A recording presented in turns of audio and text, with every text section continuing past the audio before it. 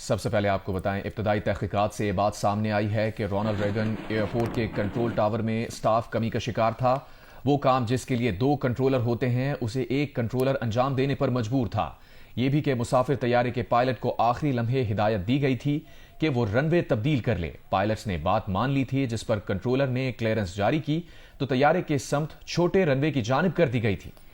حادثے کے وقت مطلع صاف تھا۔ حادثے سے 30 سیکنڈ پہلے ایئر ٹریفک کنٹرولر نے بلیک ہاک ہیلی کاپٹر کے پائلٹ سے پوچھا کہ آیا وہ مسافر طیارے کو آتا دیکھ سکتا ہے، جس کے فوراً بعد ہیلی کاپٹر کو ہدایت کی گئی کہ وہ پہلے مسافر طیارے کو گزرنے دے پھر آگے بڑھے۔ ان ہدایت پر ایئر کنٹرولر کو ہیلی کاپٹر کے پائلٹ کی جانب سے کوئی جواب نہیں ملا تھا اور چند ہی سیکنڈ گزرے تھے کہ ہیلی کاپٹر اس امریکن ایئر لائن سے جا ٹکرایا۔ یہ بھی واضح ہوا کہ رن وے سے 2400 فٹ کی دوری پر مسافر طیارے کی ریڈیو ٹرانسپونڈ کے سگنل بھیجنا بند کر دیے تھے۔ مسافر طیارہ اس وقت دریائے پوٹامک کے وسط میں تھا۔ طیارہ حادثے کے بعد ایئرپورٹ کے عملے کی کارکردگی سے متعلق اہم سوالات پیدا ہوئے، کیونکہ ایک روز پہلے ہی اسی ایئرپورٹ پر ایک اور جہاز کو بھی لینڈنگ سے روکنا پڑا تھا۔ حادثے کا شکار امریکن ایئر لائنز میں موجود تمام 60 مسافروں کو عملے کے 4 افراد کو مردہ قرار دیا گیا ہے۔ جو بلیک ہاک ہیلی کاپٹر طیارے سے ٹکرایا تھا اس میں موجود 3 اہلکار بھی موت کی آغوش میں گئے۔ تباہ مسافر طیارے کا 3 حصوں میں ملبہ نکال لیا گیا ہے، جو کہ دریائے پوٹامک کے چند فٹ گہرے پانی میں گرا تھا، جبکہ ہلاک افراد کی تمام لاشیں ابھی برآمد نہیں کی جا سکی ہیں۔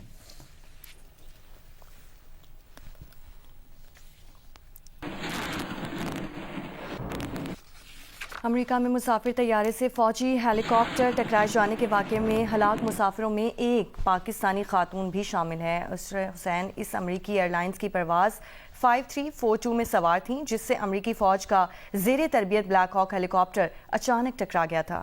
اسرا حسین ریاست کینساس کے شہر وچیٹا میں کسی کام کے سلسلے میں گئی تھیں اور واپسی پر یہ ناگہانی آفت ٹوٹ پڑی۔ اسرا حسین کے شوہر حماد رضا نے بتایا کہ 30 جنوری کو رات 8 بجے کے قریب جیسے ہی طیارہ ریگن نیشنل ایئرپورٹ کے قریب پہنچا تو ان کی اہلیہ نے موبائل فون پر انہیں ٹیکسٹ میسج کیا کہ ان کا طیارہ لینڈ کرنے والا ہے۔ حماد نے جوابی پیغامات بھیجے تو وہ موصول نہیں کیے جا سکے، جس کا مطلب تھا کہ انہوں نے یہ سمجھا کہ کوئی گڑبڑ ہو گئی ہے۔ بدقسمتی سے اسرا کا بھی یہ آخری پیغام ثابت ہوا۔ امریکی صدر ڈونلڈ ٹرمپ نے واشنگٹن فضائی حادثے کا ذمہ دار سابق صدر جو بائیڈن اور ڈیموکریٹ پارٹی کو ٹھہرا دیا۔ ٹرمپ نے وائٹ ہاؤس میں خطاب میں بغیر ثبوت فراہم کیے دعویٰ کیا کہ فیڈرل ایوییشن اتھارٹی میں ہر قسم کے لوگوں کی بھرتیاں اس حادثے کی ذمہ دار ہو سکتی ہے۔ وزیر دفاع پیٹ ہیگسیت کا کہنا ہے کہ فوجی ہیلی کاپٹر تربیتی مشن پر تھا جس دوران غلطیاں ہوئیں۔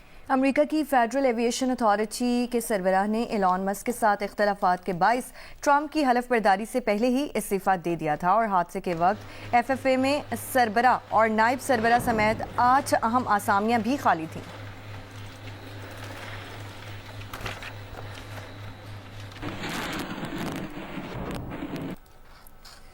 اور وفاقی کابینہ نے مڈل ایسٹ گرین انیشیٹو کے چارٹر کی توثیق کر دی ہے۔ کابینہ کی طرف سے جاری کیے جانے والے اعلامیے کے مطابق مڈل ایسٹ گرین انیشیٹو کے تحت 20 کروڑ ہیکٹر زمینی رقبے کی بحالی بھی کی جائے گی، 50 ارب درخت بھی اگائے جائیں گے۔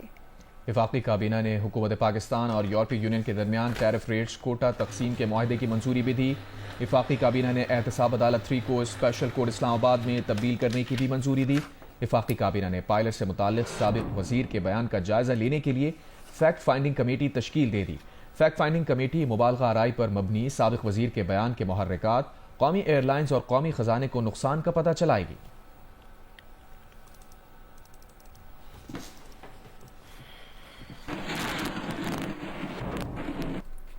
سپریم کورٹ آئینی بینچ میں زیر سماعت فوجی عدالتوں میں سیولنس کے ٹرائل سے متعلق انٹرا کورٹ اپیل میں وزارت دفاع کے وکیل خواجہ حارث نے اپنے دلائل مکمل کر لیے۔ جسٹس حسن اظہر نے کہا 21ویں ترمیم فیصلے میں مہران اور کامرا بیسس کا بھی ذکر ہے۔ جی ایچ کیو حملہ کرنے والوں کا ٹرائل کہاں ہوا تھا؟ پاکستان کے اربوں روپے مالیت کے 2 اورین طیارے تباہ ہوئے تھے۔ کیا 9 مئی کا جرم ان دہشت گردی کے واقعات سے زیادہ سنگین ہے؟ سپریم کورٹ کے جسٹس امین الدین کی سربراہی میں 7 رکنی آئینی بینچ نے فوجی عدالتوں میں سویلینس کے ٹرائل سے متعلق انٹرا کورٹ اپیل پر سماعت کی۔ وزارت دفاع کے وکیل خواجہ حارث نے دلائل جاری رکھتے ہوئے کہا، فوجی عدالتوں کا آرٹیکل 175 کے تحت عدالتی نظام میں ذکر نہیں، فوجی عدالتیں الگ قانون کے تحت بنتی ہیں۔ جسٹس جمال مندوخیل نے کہا کہ آرٹیکل 175 کے تحت بننے والی عدالتوں کو اختیارات وسیع ہوتے ہیں، مخصوص قانون کے تحت بننے والی عدالت کا دائرہ اختیار بھی محدود ہوتا ہے۔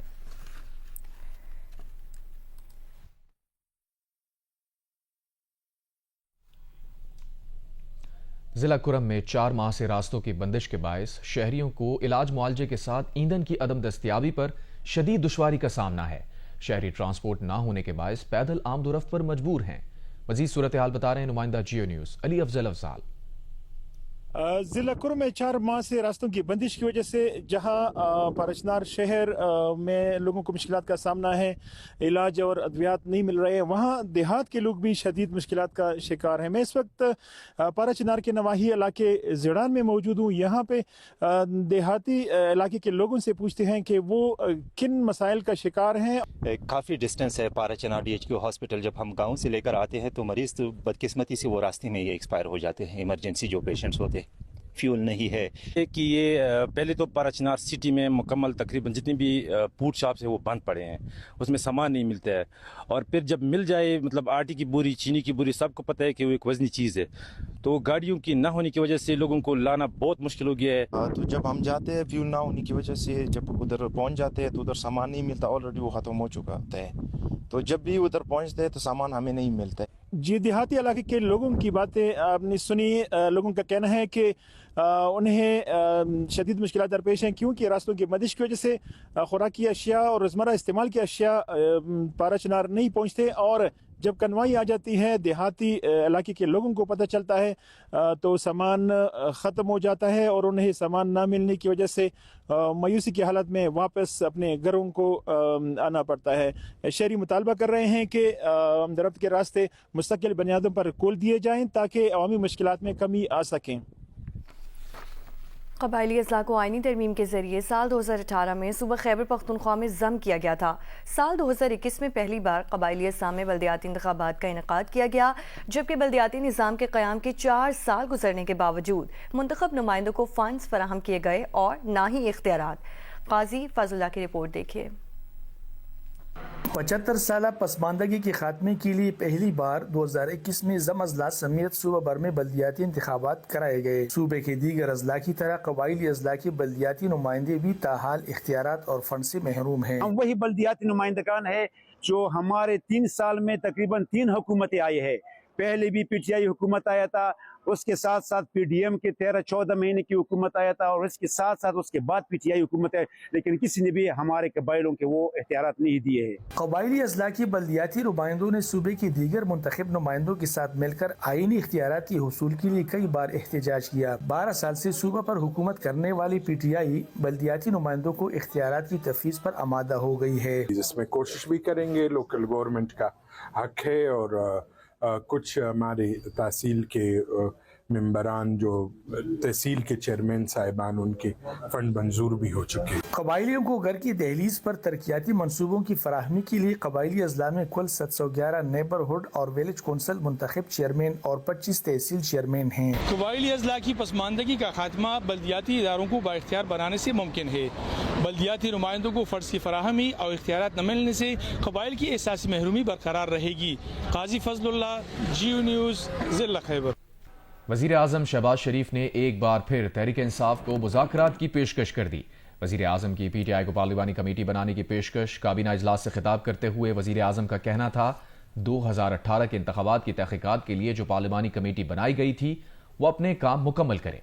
2024 کے انتخابات کی تحقیقات بھی پارلیمانی کمیٹی کرے گی۔ وزیر اعظم نے کہا کہ 26 نومبر کے دھرنے کا احاطہ بھی پارلیمانی کمیٹی کرے اور 2014 کے دھرنے کا بھی احاطہ کیا جائے۔ وزیر اعظم نے کہا کہ PTI مذاکرات سے بھاگ رہی ہے، ہم نے بہت نیک نیتی سے PTI سے مذاکرات کیے، وہ آئیں بیٹھیں، ہم ہاؤس کمیٹی بنانے کو تیار ہیں۔ اسپیکر صاحب کے توسط سے مذاکرات شروع ہو گئے، انہوں نے